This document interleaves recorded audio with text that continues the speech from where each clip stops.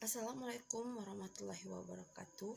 Perkenalkan, nama saya Fatrian Kamaru dari kelas 12 IPA 2. Di sini saya akan menjelaskan materi ciri-ciri dan jenis-jenis buku fiksi atau kumpulan cerpen dan puisi atau non-fiksi.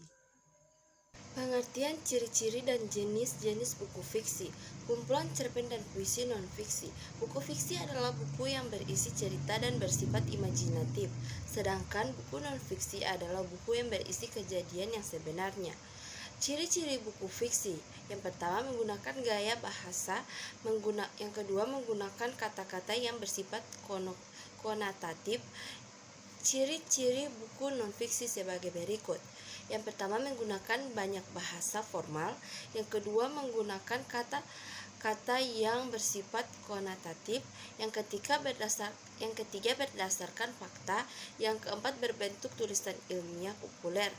Dan yang kelima, berupa ide baru atau menyempurnakan ide yang pernah ditulis sebelumnya.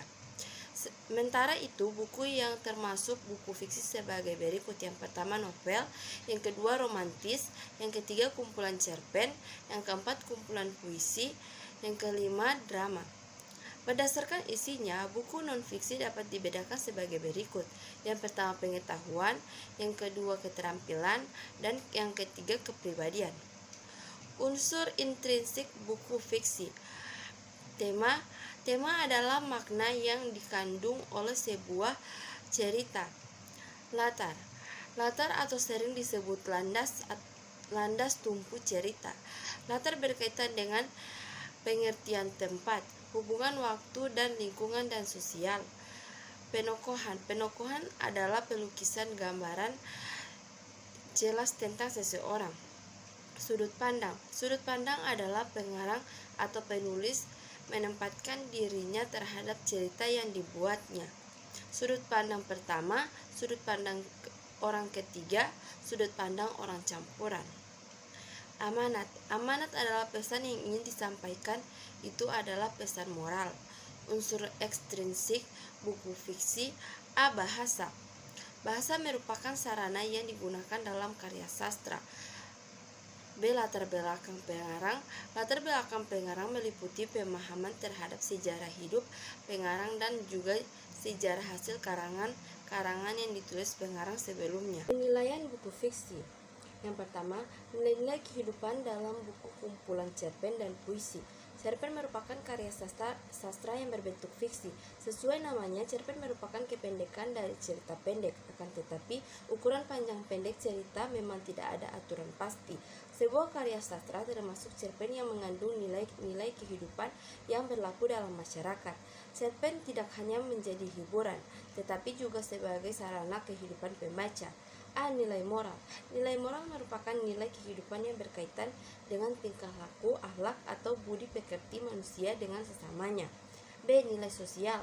Nilai sosial berhubungan dengan kehidupan antar manusia dengan lingkungannya. C. Nilai budaya. Nilai budaya merupakan nilai kehidupan yang berkaitan dengan kebiasaan atau tradisi masyarakat. D. Nilai religi. Nilai religi merupakan nilai kehidupan yang berkaitan dengan agama. E. Nilai politik.